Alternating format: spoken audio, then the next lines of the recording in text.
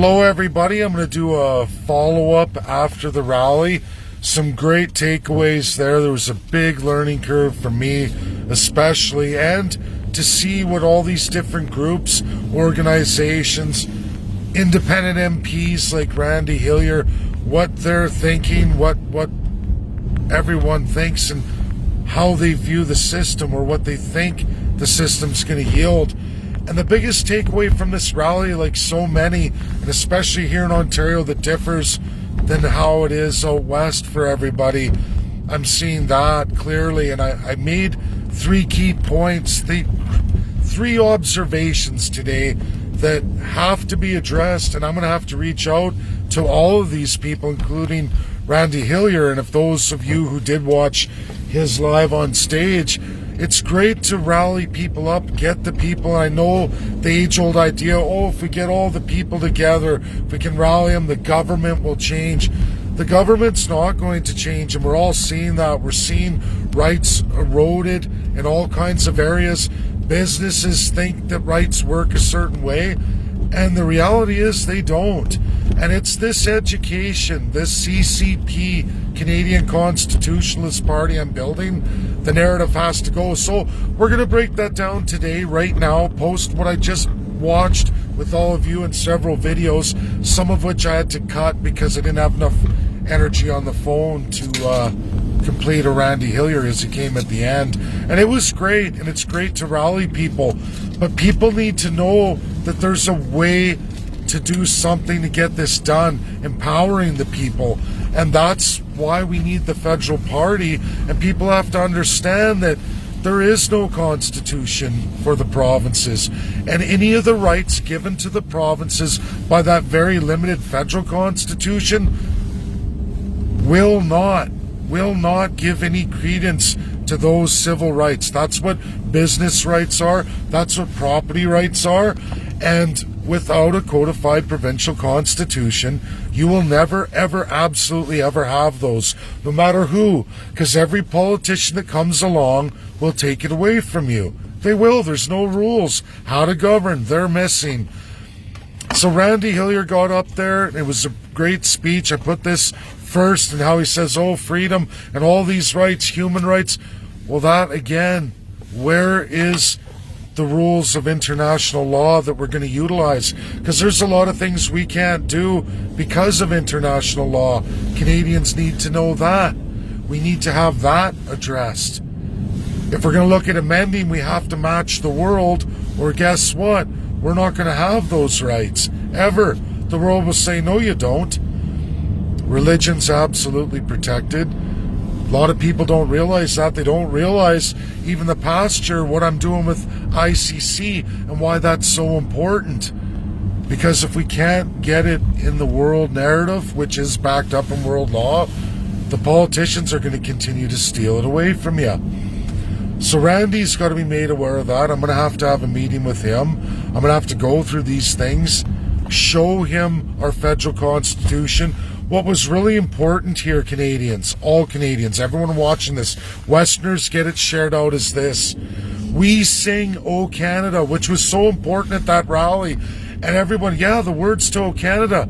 Did you know that our Constitution is 100% codified in the opposite of O Canada? Canadians don't know this, that the legal system of Canada as it is absolutely opposite to O Canada. Our home and native land? No, not our home and not native land. The Constitution of Canada bears opposite to that since 1867. All amendments since have never addressed the fact that we swear our allegiance to the United Kingdom. We don't have O Canada, we have O Her Majesty and absolutely United Kingdom. That's the law of Canada in absolute law. That's what we do legally. That's how the entire legal system and political system works legally. Canadians don't know this. Your very limited constitution, codified, will tell you this absolutely.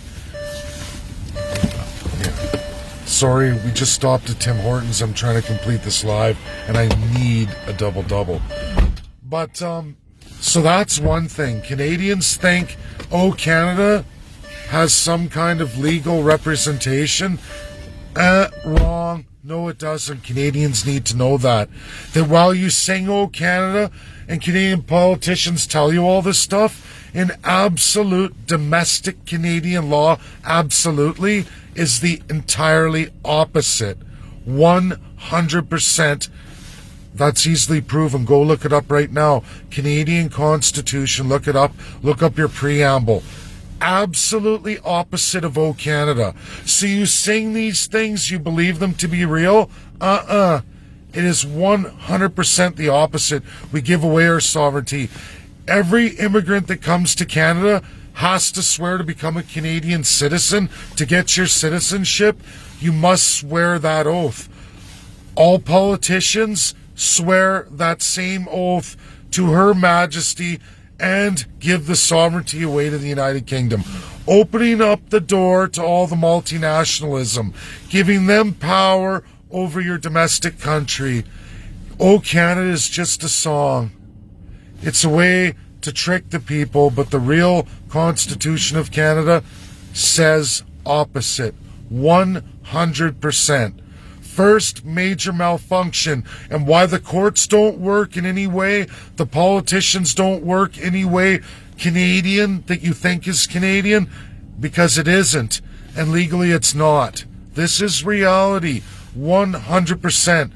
I have every great expert across the entire world will back up what I'm saying 100%, as they are. It's already been done for my loyal followers. You've already got to experience the Canadian presentation of provincial constitutionalism by Richard Albert live. The other thing here when we get into the second part is we heard about religion, then we get into my second part about farms here in Ontario, and they're all upset about agricultural rights, property rights being eroded. Canadians don't even know that only 11% of the entirety of Canada is available as private land. They don't even know that. They don't even know that First Nations only have 8%, and a vast majority of them outside of Métis are down in Inuit and the First Nation Treaty Indian. Guess what? They have the absolute least amount. But Canadians, all 38 million, share only 11% of Canada in any kind of private property. The government itself gets 4%, and then 79% of Canada remains in limbo. You want to talk agriculture, forestry, property rights, those civil rights everybody wants that are given to the provinces in full power of constitutionalism in Canada. That right is given to every province, each of them. And none of them want to settle the claims. Not in the federal smaller portion of land, and absolutely not in the provincial crown land. United States is completely settled, 100%. First Nations, the American Indian, who's a lot smaller, enjoys 500 times more land than the Canadian First Nations. American people have access to almost 7 times the land any Canadian citizen has. And they have 325 million people. We have 38 million. Break it down per person, it's pretty pathetic. Canadians need a massive education here. The politicians don't want that education. They want the standard of living reduced and the cost of land increased on a very, very limited amount, while they enjoy even twice as much power as the Chinese Communist government over all of you. Check it out. China gives access to 22%, twice as much as what the Canadian government gives to the people of Canada. And then they oppress the First Nations in only 8%. It's called settling the claims, something we haven't done. The United Kingdom gave Canada this crown corporate power. It's yours now. Cemented absolutely by 1945. King George VI did it in 1952 absolutely. Didn't finish the work. Your corrupt politicians, federally and provincially, are running on pure constitutional monarchy power, meaning they took the embedded colonialism in Governor General, Lieutenant Governor, that Privy Council, absolutely the upper house, Senate, all appointed, all by Prime Minister, lifetime appointments. All of what I just described to you, this crown colonialism power given to the politicians by the UK monarch, that they usurp and use to take away all democracy, is done this way. You're either one, a famous Canadian, two, a friend of the Prime Minister, or three, a first-class citizen, or all three, but you must have one of those definitions to be a senator in Canada, to be a Governor General, or to be a Lieutenant Governor in any province or territory. That's how it works. They absolutely overstep our court system through Her Majesty's Crown power, stolen by the politicians of the day, been utilized all the way up to today, 2021. Randy Hillier tried to fight that system. He's now an independent MP. Thrown out of the party system. You will kiss that Her Majesty, which is Prime Minister, whoever that is. And the CPC, NDP, Liberals, they all fight for that power. Every party in Canada does. And provincially they do too. Because in a province, when you get elected, if you have a majority, you have full autocratic power. No codified of how to govern. You are free to do whatever you want, and they have the party whip. If an MLA doesn't follow the leader, they're tossed out of the party, thrown out on their butt. This is what Canadians don't understand. All these organizations, they're great rallies, but if we don't get the legal system how it is, and absolutely internationally, or how it is here domestically, federally, and absolutely provincially, if we don't get that narrative out and what we're doing, people can kick, stomp, scream, say why, but at the end of the day, we will never see any change because premiers will never push it forward.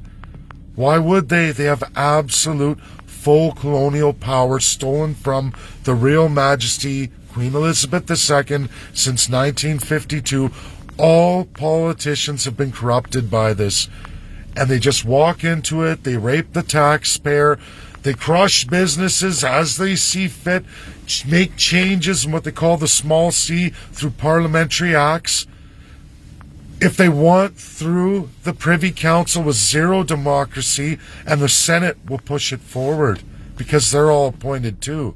An outrageous, grievous system that only exists in a few countries today. Almost as bad as communism. And when you lose the morality of the politicians, which we all know today, years ago there was a good Christian value system there where, politicians for the most part acted in the best interests. Now they don't. They act in the foreign interest.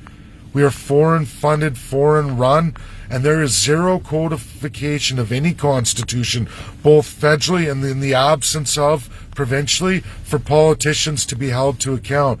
No rules of how to govern. You can go to the United States, all 50 states have absolutely strong codified constitutions limiting the abuse of the politician. They can find themselves charged with treason. That's why you don't see this happen in any of the 50 states. Generally, they all have it codified in different realities of assembly or legislature, or there's even other names. They all have different systems, but they absolutely have all these protections. Maybe different descriptions and names, but they're there. That is how to govern codification, big C of constitutions. That's absolutely missing from every province and territory in Canada.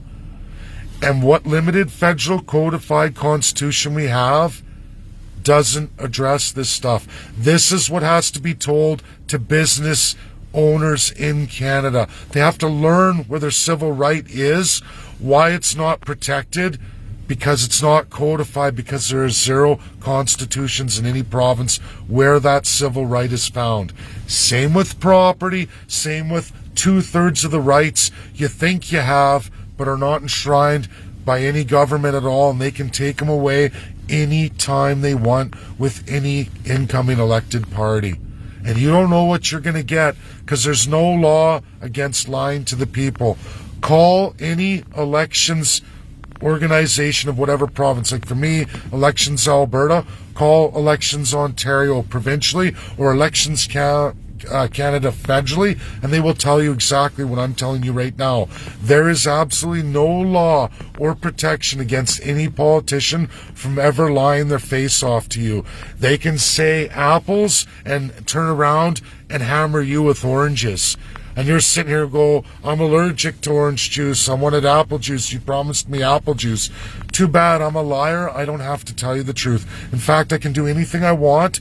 Now that you've elected me in a majority, provincially especially, they can do anything they want by any modes, means necessary, and there is nothing to stop them whatsoever for the term of their 4 years. The only power any Canadian has across Canada is, one, to vote every 4 years, provincially and federally, and then there's municipal overlap.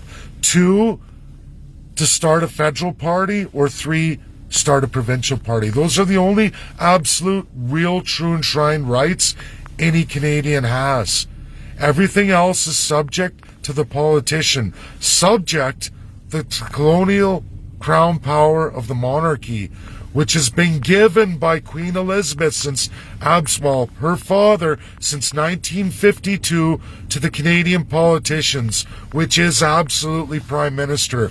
Prime Minister appoints Governor General. Prime Minister appoints all lieutenant governors of the provinces and territories.